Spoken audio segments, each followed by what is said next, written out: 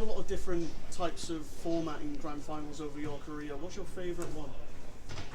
I think I like the double best of 5 because I feel like it's a little weird when you're in winner's bracket and you make it to the finals and you could lose like we could realistically have lost 4-3, and that's like kind of cheese in my opinion. Like we made it all the way through, we should have more of an advantage. But I think every series like kind of has its pros and cons, so just how you look at it. But best of 7, I don't know if that's the right one. I think it should have at least be a best of 9, maybe a 1-0 start or something like that. I feel like the format we have right now is a little weird.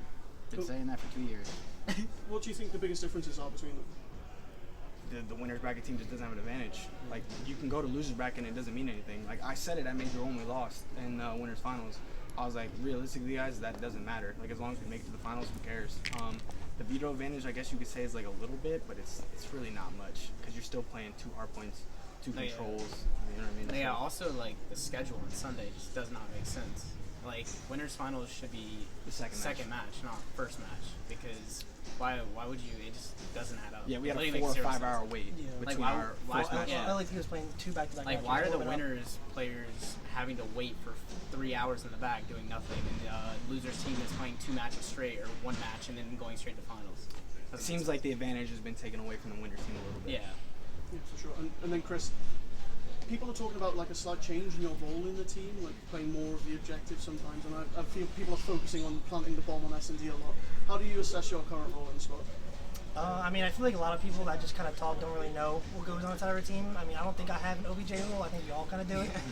And I mean, yeah, I might be getting the bomb down, but you know, I feel like everyone does it. So I don't think I do it too much more than anyone else. And then I don't know. I feel like this time we were all kind of frying.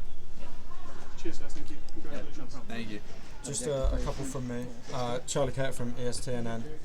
Austin, how does it feel to be sort of the player that's come in and this team got second a lot for the past year? How does it feel to be the player to come in and lead these guys back to a championship? And what sort of role do you think you've played in that? I mean, it feels great, right? Like, I don't know what else to say besides that. But I feel like, I don't know, they've just been so welcoming of me. I mean, when I first talked to them, I literally told you, like, or talked to them, I was like, what are you guys looking for? Like, because I wanted to see how they were feeling. And they just said, come in and do your thing, like, be Slasher. And I was like, okay, that's fine with me. I have no problem doing that. And I feel like a big focus point has been, like, S&D for me, because I feel like that was their struggle point last year. And, I mean, we went undefeated this weekend. I mean, not all the credit to me, obviously. Like, they're great S&D players. Like, they're frying half the time. But, like, just being able to help us get back on track with that and then also kind of break, I mean, it's not really a curse, but people are saying it was a curse of second place. It just feels really good to be able to do that and, like, a little bit of pressure off my shoulders now. And you said there about you guys being great at S&D this weekend. You won the finals without winning a single hard point, I believe. It was all S&D in control. Do you think you guys being a very well-rounded team and good in every single game modes, do you think that makes you one of the best teams in the game when it comes to these longer series and the best of sevens? I think that's what makes us the most dangerous team right now is we're good at every single mode. I mean, I would say the first hardpoint map was probably a win. Like I said, I kind of tossed, so that one's on me. But yeah, we're so good at all the maps and modes that even some of the maps we're vetoing we're really good at. It's just the other teams, like, that's their best map. And so we're going to go back and continue to improve and get even better. Yeah, our map pool is crazy for sure. Yeah.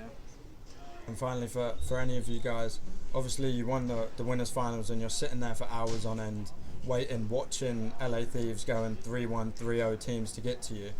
What are you guys thinking when you're sat there watching these guys run through the other teams and then you've now got to come out cold and play against them in the finals? I mean, I don't think there's really too much of a thought in the back of your mind when you're doing it. Like, we're kind of just sitting in the room chilling, watching the matches, shooting bots, like just having a good time while we're sitting there. So I feel like mentally it doesn't really like hit you like on the day, but like overall we definitely shouldn't be sitting there for like 4 hours. Yeah, basically the format is just 2 days. The only thing I was thinking was if we come out and win the first map, it's going to be easy. And then, like I said, we kind of tossed it. So it's a little, like, damn, like we should have won this map. Don't let them stop. But like I said, we're so good at all the maps and modes. Like even if we drop one, it's not the end of the world. Cheers, thank you. Guys, can I get one final question here? Yeah. I'm just gonna ask, what are we doing after winning the finals? You guys just shout